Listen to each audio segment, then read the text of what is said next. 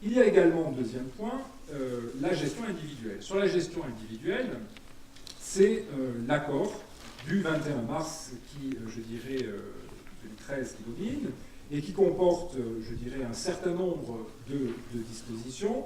Alors, je ne vais pas évidemment développer toutes les dispositions de cet accord, très riche.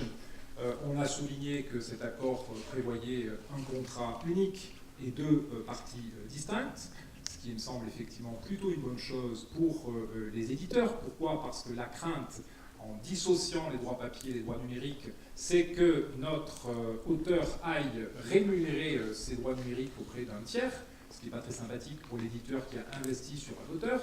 Donc ça, c'est plutôt une bonne chose pour l'éditeur. Une obligation d'exploitation, un bon à diffuser numérique. Bref, il y a effectivement ici beaucoup de choses.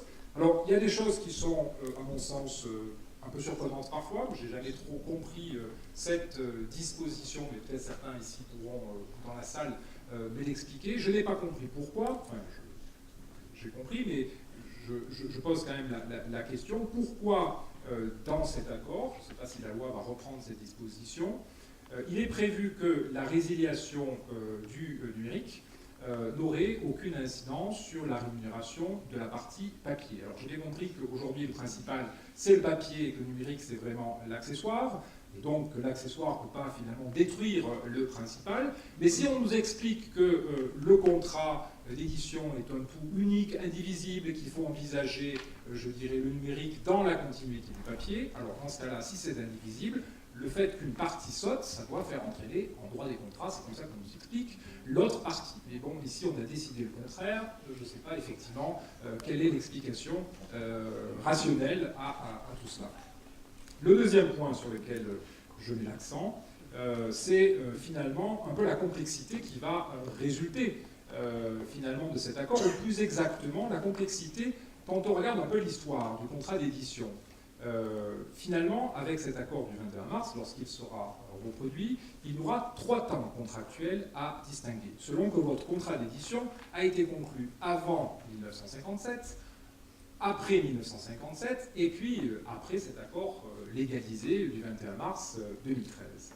Avant 1957, les choses sont assez claires, parce que on a différentes décisions de la Cour de cassation qui considèrent qu'à partir du moment où le contrat d'édition comporte une clause de cession pleine et entière, eh bien, cette clause de cession pleine et entière intègre les droits numériques. Donc, si vous avez dans vos contrats d'édition avant 1957 cette clause, tant mieux. Effectivement, c'est pas la peine effectivement d'aller prévoir un avenant. C'est le premier point.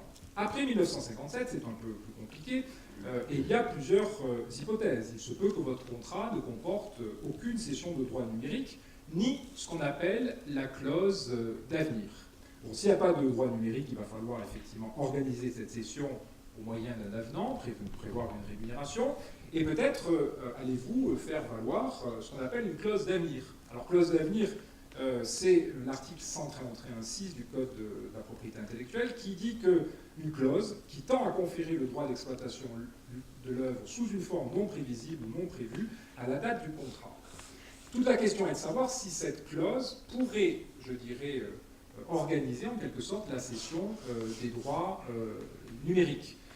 À mon sens, tout dépend de quoi on parle. Si on parle effectivement d'un produit papier qui va être numérisé tel quel, pourquoi pas ? Si par contre on parle de ce qu'on appelle le livre enrichi qui est totalement ignoré par l'accord du 21 mars 2013, mais qui pourrait quand même se développer un jour, à ce moment il est évident que cette clause, à mon avis, ne pourra pas couvrir le livre enrichi, parce qu'on est vraiment sur un produit qui est totalement différent, on n'est plus dans un livre, on est dans une sorte de produit multimédia, et à mon avis, cette clause ne pourrait pas couvrir cette exploitation. Et puis après, le troisième temps, ça sera, je dirais, cet accord du 21 mars 2013, avec la question de savoir qu'est-ce qu'il faut faire maintenant, est-ce qu'il faut, je dirais, déjà organiser en s'inspirant de cet accord, attendre la loi création pour voir effectivement si les choses n'ont pas trop modifié, savoir si vous pouvez, je dirais, vous défaire des principes de l'accord du 21 mars 2013, ça me semble pas possible, parce qu'effectivement, les dispositions semblent bien impératives. Bref, il y a tout un tas de questions qui se posent à nous aujourd'hui à partir de cet accord.